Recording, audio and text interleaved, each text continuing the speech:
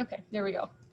So our interviewing format analysis is our next big thing coming up. And I believe this is before your resume and cover letter are due.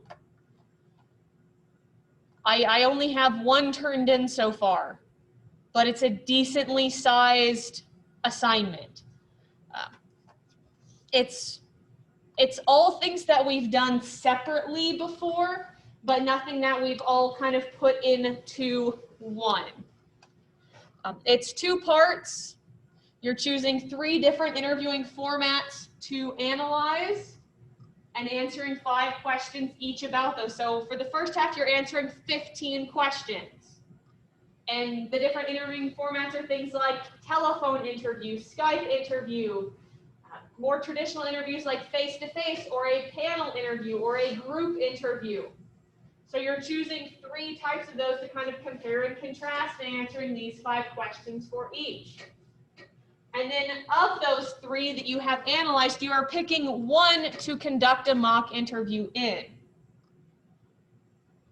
Have I already talked about that with this class? Okay, so it must have been the Monday class.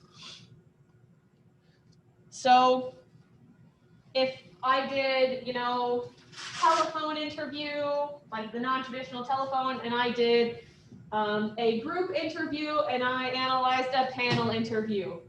Maybe the easiest one for me to conduct would be a telephone interview. So I would write out 7 pitfall-free questions and conduct a telephone interview. Morning, Charlotte. And then I don't have to, I'll write down the questions, but I don't have to write down any of the answers or anything for this. Just, I'm submitting the questions. And then after the interview, I have to discuss these 5 things that we have talked about before, that have been in your lecture videos, that have been in, I don't think anyone here bought the book, so I can't say they've been in your readings. But the relational dimensions. So how did you use similarity, inclusion, liking, control, trust, if any? How did you take a directive or a non-directive approach, or did you use a combination of both? Did you use more directive questions or more non-directive? Why? Did you use more open or closed questions? That's what it means by type of questions. And why? How did you open and close? If you're doing the telephone interview, did you open and say, hi, thanks for taking the time to talk with me on the phone. Just to reiterate, my name is Ron Higginbotham, and this interview is going to be about blank. And then how'd you close? Once again, thanks for taking the time to chat on the phone with me. If you have any questions, please feel free to call me back. And then what are 3 things that you could improve upon for next time? So, and this could be for things where you are being interviewed, maybe some things that you noticed that the person you were interviewing did well, or maybe did not do well, and you're like, oh, I do those things in the exact same way. I should maybe not do that next time. Or as an interviewer, what are some things that you could do well? And this is the rubric for it. So as you can see, to get an A, you have to answer all 5 questions and defend your position as needed, elaborate as needed, and you have to create 11 pitfall-free questions rather than just 7. And then you answer all 5 post-interview questions with well-thought-out analysis. Charlotte, you look a little concerned. So the assignment is to do 7, but if you want to get an 8, have to do 11. Yeah, so at least. So the minimum for your average grade, your C, is going to be 7. Okay. That's why it's important to look at rubrics. But just to definitely point that out, so people are like, well, why did I get a 75% on this assignment? It's like, because you only did that, rather than doing more to get exceed standard or exemplary. Does that make sense? And it says it's due October 31st. But since I've only had one submitted so far, I'm going to assume that no one kind of looked at this or knew about it or saw it pop up on Canvas. So it happens sometimes, technology. And there is this video in it that does pretty much explain everything in more detail. And it's only 11 minutes long if you want to go over and recheck that. If you're like, wait, what did she say about this? It's right there. Welcome. Glad you guys aren't sick. Wait, you were? Yeah. Oh, okay. Whew, I was just, yeah. I was just like, wait. Yeah. Well, glad you guys are out of quarantine. So we missed you. So I just got done explaining this upcoming assignment that we have before the resumes and cover letters are due. It's this interviewing format analysis. There's also a little video in here that pretty much just explains what I explained just in slightly more detail. So, okay. I just changed it to November 4th, so a week from today. But like I said, it's all things that you've done separately in little bits and parts, so now it's just kind of putting it all together. Okay. Has everyone in here contacted the person they're going to do their mock interview with? I have a question about that. Okay. Can it be anybody that in a job in an employer's position? Yes. For example, my father. Yes. Okay. I mean, as long as they are qualified to the interview. Like if I'm just looking for someone, I'm not going to go over to Ron to interview me for a job because he's not a business owner, he's not a manager. Okay, from what I know, Ron is not a business owner or manager. But if, Carl owned his own business, yeah, and was hiring, then yes, I could go to that because if he owns a business, he's the one that is hiring for that. Okay. So.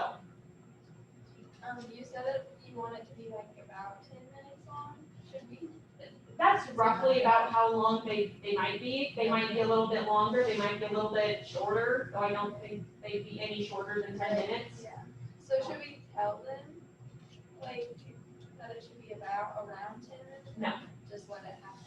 Just let it go as it does. If it starts to get into like the 30-45 minute range, honestly, I'll probably just kind of like stop watching after that because I have like 30 to go through. Yeah. But most of them will probably be between 10 and 25 minutes on average, I would guess, for most of the positions that you guys are going to be applying for, the quote unquote applying for. So, and how long did yours end up being? Around 10 minutes, yeah. Okay. So, anyone else already do theirs? Okay. So. Okay. And what we did the other days when we didn't have anybody here, woo, biggest attendance in this class I've had in 2 weeks. Appreciate you guys. We exchanged resumes and did peer review of resumes because the resumes are also due on November 4th. So this means you turn in your resume to me that is tailored specifically to the job that you are applying for. You are not lying on your resume. You are not embellishing. If you already have a resume that you use for other jobs, then just submit that one. Okay, you're eating, not questioning. Okay. I did here in Canvas, so this resume and cover letter lecture I did the other week in class, not sure if it was this one or the Monday class, but it got done. It is posted in here because Chapter 8, Part 2 is basically just all about resumes and cover letters. And you guys are welcome to literally just look up. Is there anyone in here who doesn't have a resume kind of already started? Okay, no. So you guys might not need to, but you can literally just look up resume templates and you can just like build a resume with the template. I think one of you guys was doing this, or someone in class I saw, I think using this, and that is totally fine. Yeah, okay. Okay, move out of the way.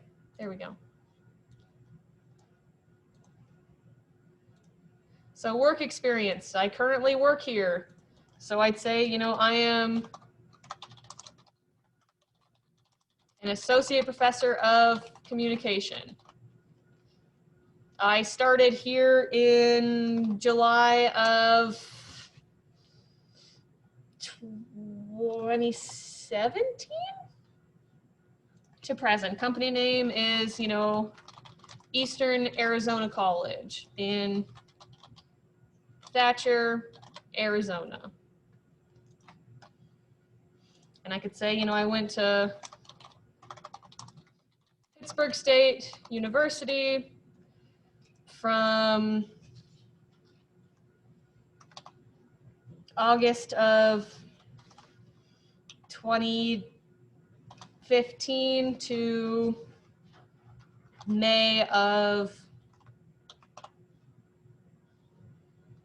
wait, no, I started college earlier than that. There, it was 2014. Then I have a master's degree in communication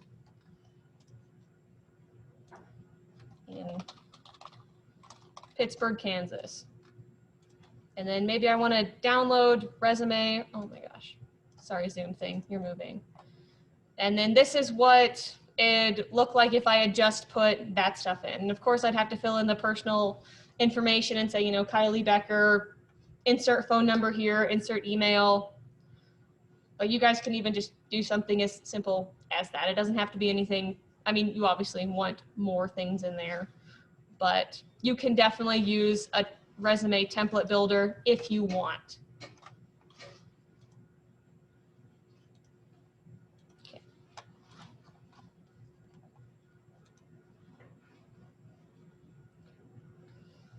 Did you guys have any questions about cover letters? Can you just call them in? Yes. Okay.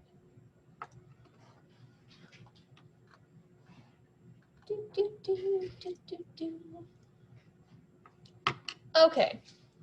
So your cover letter is basically a letter explaining why you are the person for this job. So let me just let's look at a childcare one example. Childcare teacher.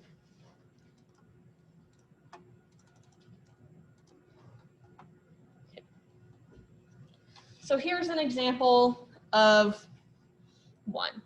So you have your name so people know who you are. So this would be, you know, like Kylie Becker or Charlotte Peterson, and a way to get a hold of you. Most likely your email. You don't need to put your address on this. So we don't need to know where you live, because that could color if people want to hire you or not. Because if you live over in, you know, Timbuktu, they're thinking, well, why do they want to come over here and live? So the company that you are applying for. So if I'm applying for Eastern Arizona College, I'd say Eastern Arizona College, 615, are we North Stadium or South Stadium? North Stadium Avenue, Thatcher, Arizona, 85552. You can put a little line that says, like, regarding this position. If you know their name, address them by name. So our HR person is Lori Avila.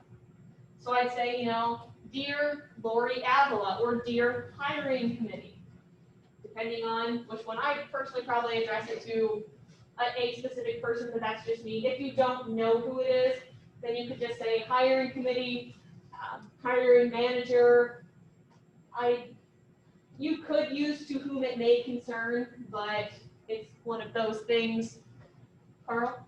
This is kind of like a general letter question, but is there anything else you can say other than to whom it may concern or dear so-and-so? Because dear seems like tried to find an alternative. Some situations it just seems so. It seems very Intimate. personal, doesn't it?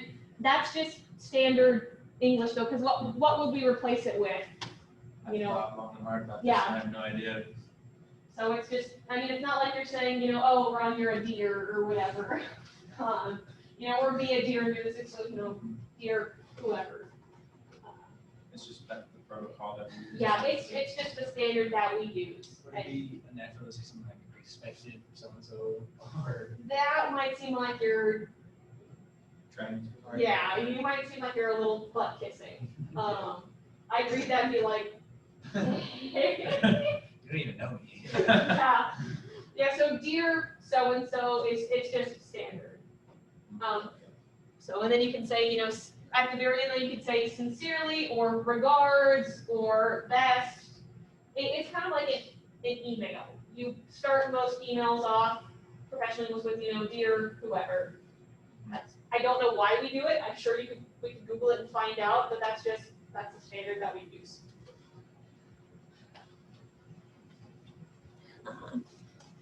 So you could start it off in different ways. This person started it off with, you know, upon learning about this position, blah, blah, blah, I was eager to contact you, you know, or you could start it off with, you know, thank you for taking the time to look over my application.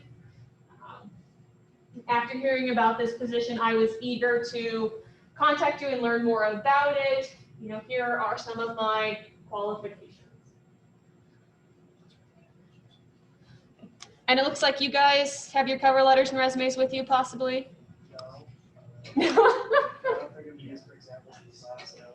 No, I just didn't know if you wanted to kind of pass it around and like, since we switched them around the other week, if you just wanted to pass them around and give people a little chance to like look over it or make a couple comments and you're just like, no. Fair enough.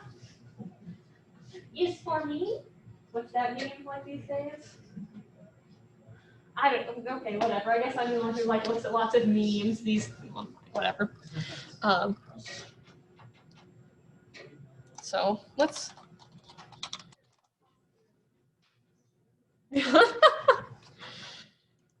Okay. I don't know. What's a job that you guys would do at this point in your life?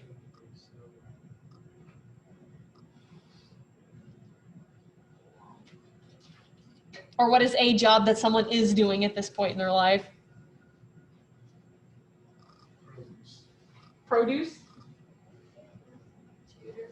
Tutor? Oh yeah, I guess you do work at the library.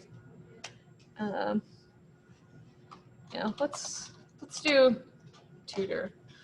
Okay, online academic tutor. This is for tutor.com. So this is not a very good job description because there's not really anything to address in this, right? Because how do we say that we're good at computer science without being like, well, what specifically do you want me to talk about?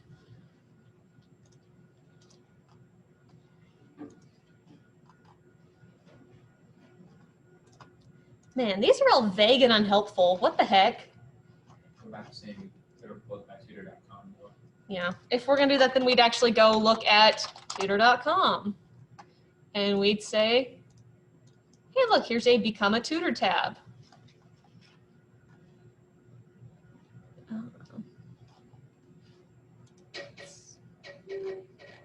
Okay, maybe we say, okay, I want to be a communication tutor. These are some ones that are coming soon. But if we want to, okay, it's not going to tell us what we want, I guess. Useless.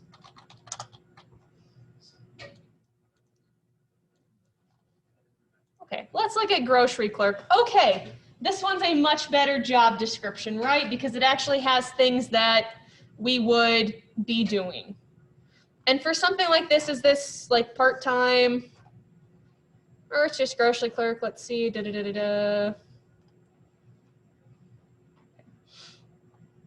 if you had to do a cover letter for this job, these are the points that we would address. So if this is up in Morenci, So we could probably Google who the HR person is at Bashes and Morenci.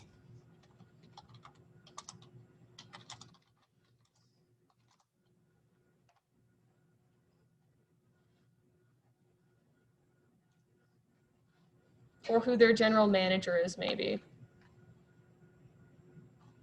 Okay, I'm not going to spend too much time looking for it, but if it's not easy to find, you could just say, you know, dear hiring manager for this one, if it's not specifically stated on who to contact. So dear hiring manager, I saw that there was a position for grocery clerk up at the Bashes and Morenci. Below, I have outlined how I meet the qualifications and responsibilities. So I have the ability to work with customers and team members as I was an assistant at blank doing this particular thing. As I have, you know, been a leader in this position, I can work with little direction and accomplish duties in a timely manner. I have basic math skills. I have used cash registers, scanners, debit card terminals in my position at Safeway.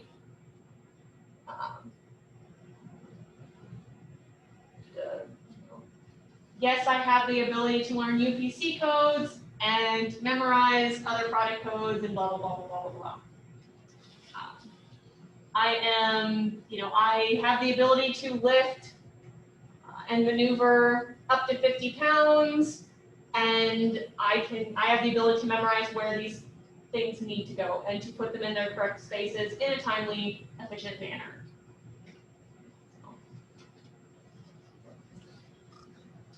And then once you've addressed those things, you'd be able to say, you know, if, you know, you can please feel free to contact me if you think my experience and knowledge matches up with this position. You might not have to do a cover letter for a job like this, but it could be good practice just to try to write things like this. What's up? Okay, is it ever appropriate to add humor of any sort to a cover letter or resume? Just because, like, there was the skills section, and I immediately thought, a bunch of skills, like, I know you probably shouldn't, but and then it's like the ability to lift 100 pounds. You'd be like, yeah, I can deadlift 400 pounds, like, easy. I don't know. I feel like it's probably not, but it's probably not, because you don't know who's going to be reading over it. You don't know what their culture is. You don't know what their sense of humor is. You don't know how old they are. You don't know where they're from, or if they're a native English speaker even. And some things just don't translate well, whether that be through age gaps, whether it be through culture gaps, language gaps. So probably best to not, unless it's specifically for something along those lines. So I have seen job descriptions before about with companies trying to be really, really hip. Be like, oh, well, you need, you know, these things and a good sense of humor and blah, blah, blah, blah, blah. So, I mean, on something like that, where they, you know, explicitly say, you know, we're looking for, you know, cool, young, hip people who will fit well in our company culture and all that jazz, then maybe, but for just normal professional jobs, I would save the humor until you've been hired. And then maybe even then to kind of get a feel for the company and then just let loose and give them the full dose of your personality. Huh? Or just save a few. Yeah, or just save your humor for sad. Yeah. Yeah, because I mean, it just depends on the culture of where you work. Like I tell a lot of bad jokes in class, like it is what it is. But if I was working in like an office situation, I would probably have not as many bad jokes. But I tend to work with a younger crowd, who, you know, we all see the same memes on Instagram most of the time. So And everyone's like, no. Okay. So.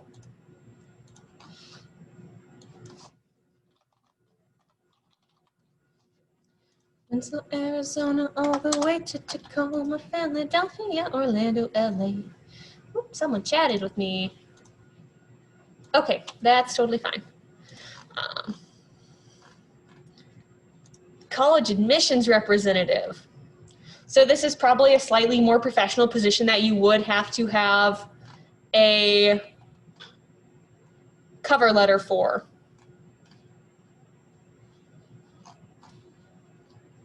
So when you write your cover letter, you would want to address all, if not, or most, if not all of these requirements. And it could just be as simple as copy and pasting these bullet points.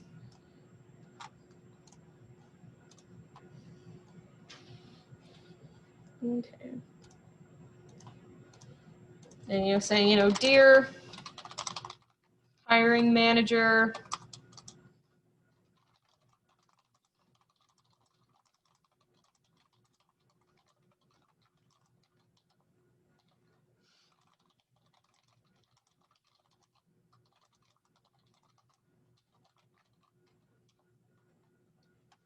what is this, educational?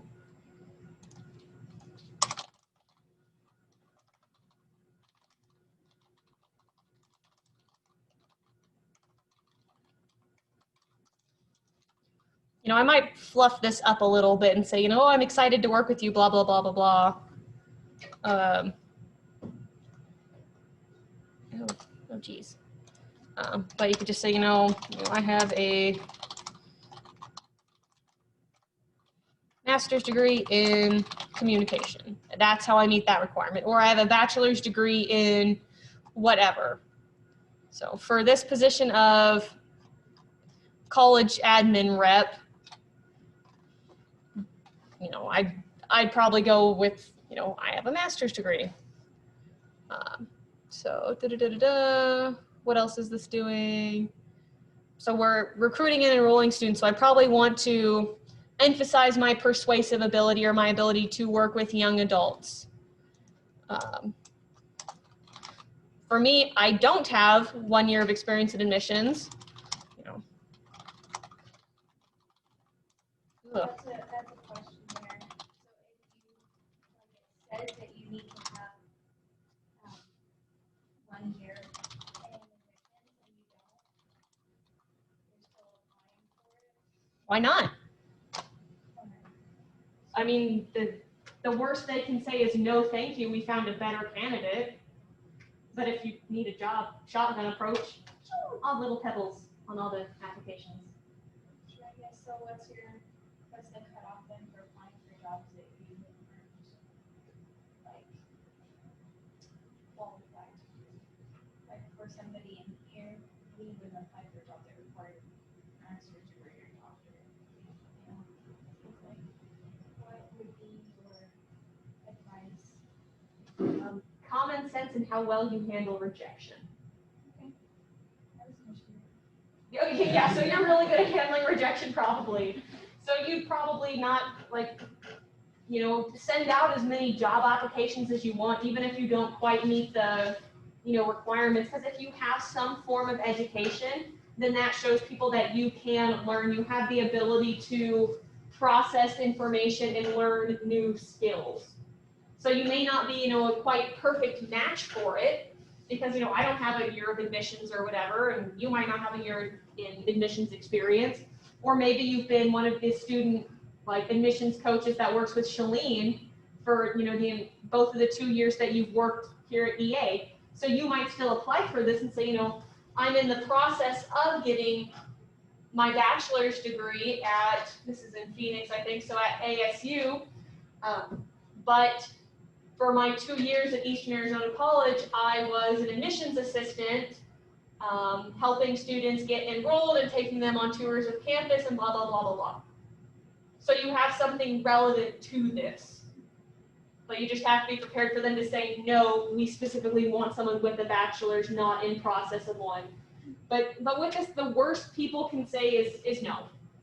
And I can't tell you how many job applications I put out before I got hired for the job at the middle school in Prescott Valley. It was a lot. And I had a master's degree and experience teaching. And I got 2 job offers. So you gotta try for things even if you don't perfectly match up with them. But then you can always explain how you could possibly meet this requirement. Or if it says, you need a CPR certificate. I don't have a CPR certificate now, but I am ready and willing to take the class to get one. Or my CPR certification is out of date, but I am happy to, get recertified, at your convenience.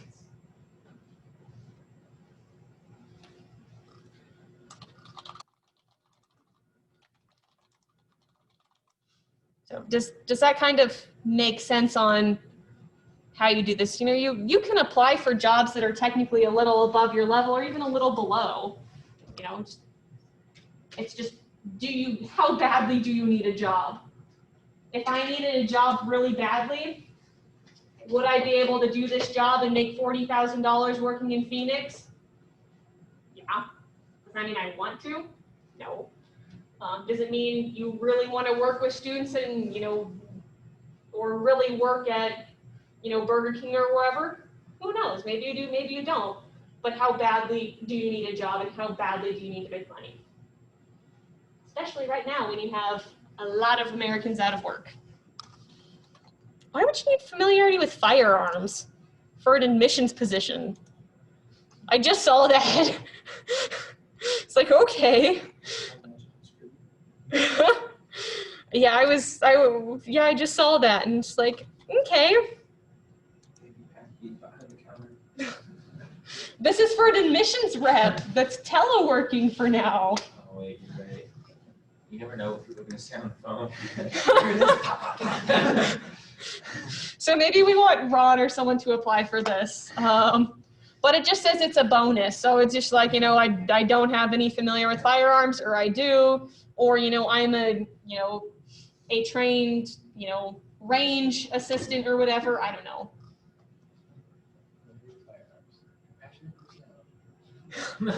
They're not mutually exclusive, Ron. I know.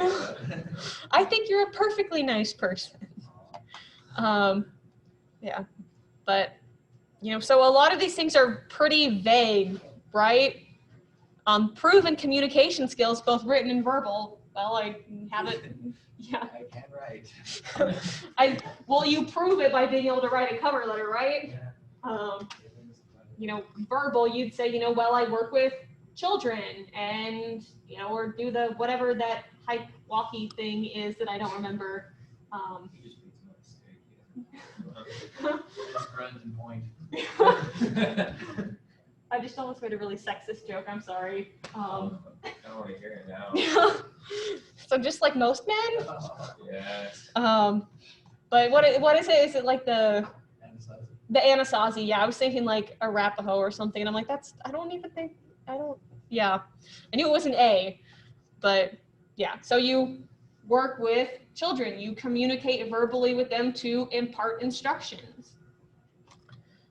Positive interpersonal skills, like you just, that's one of the things you might not address because of, hopefully everyone has positive interpersonal skills, but I struggle with basic tasks in Microsoft and Google, I'm sorry. But with you guys, like if it's requiring like technological experience, you can even just say, I have over 10 years of working with technology and using Microsoft applications and Google applications, because at this point, you're in your 18, 19, 20s or over. You've probably been using the Google Suite since you were in middle school. So you've probably been using Microsoft Word for at least 5 or so years throughout high school.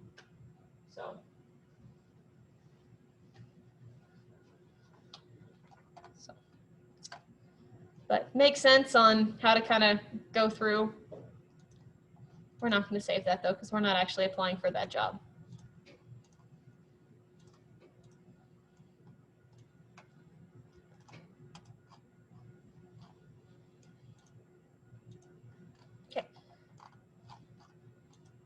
So any questions about that? I feel like I've trying to really been hammer like resumes and cover letters in this class, just in general. But like, honestly, that's just a huge part of what it is that gets you the job. I mean, the interview is the biggest thing, but if you don't get the interview because your resume and cover letter aren't good, then you never have the chance to wow them with your interpersonal skills, right? I didn't have to do any of that in my job. What do you do? I'm a correctional officer. Well, shouldn't you have to have good interpersonal skills for that? All they really did is like made sure I could do like 8 push-ups and run a mile in 12 minutes, like anyone can do that. And they had like a memory test where you would memorize as many details as you could on a piece of paper in like 60 seconds. It's like really easy stuff. Maybe I should be a correctional officer. We always sit there and go, Oh yeah, it's great. I did that too, but I was in a freshman, so I got to class and I think I could be good at it if I didn't have to tell people what to do. I don't like telling people what to do. It's a great job because everybody's like a supervisor except for roommates. So So you can have supervisor on your resume. yeah, it's like supervisor experience. It's I mean, but for something like that, yeah, I mean, it's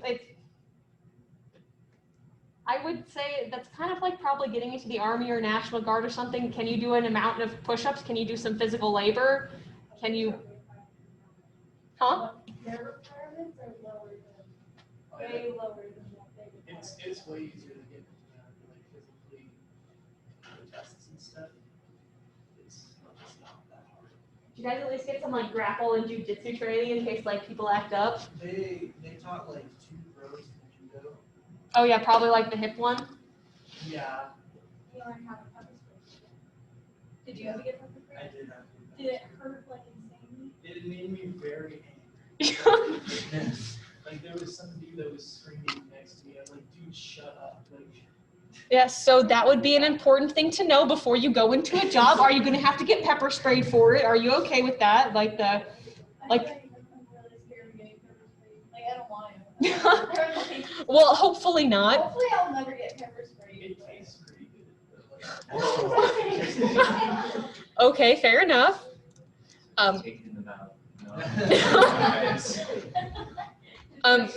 One thing that is also coming up, guys, is your, I guess I hadn't put a date on this, is your job outlook paper. So like 1.5 pages on why you're interested in this job that you are doing your mock interview for. So Charlotte, if you're doing the mock interview, you know, with your dad, Judge Peterson, what interests you about this career path? I mean, obviously, hopefully, you know, paralegal or whatever might not be your final career goal, but if you wanted to get into law or something, what interests you about law? I would do court translation. Well, court translation then for, you know, English to Spanish or Spanish to English. So what interests you about that? Is it being able to like help people and make sure that the court transcripts are, you know, correct and accurate? How will you use the skills that you already have? So you already have Spanish skill. So you already have the main skill to be successful. But listening skills, if you're transcribing, you have to be really good at listening and processing information to make sure that you get it down correctly, word for word, as it should be, correct? So how will you use your listening skill, or how will you improve upon your listening skill? What's the job outlook for this position? And then are there any skills that you need that you don't already possess? So,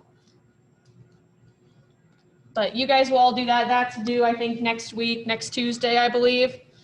Next Monday.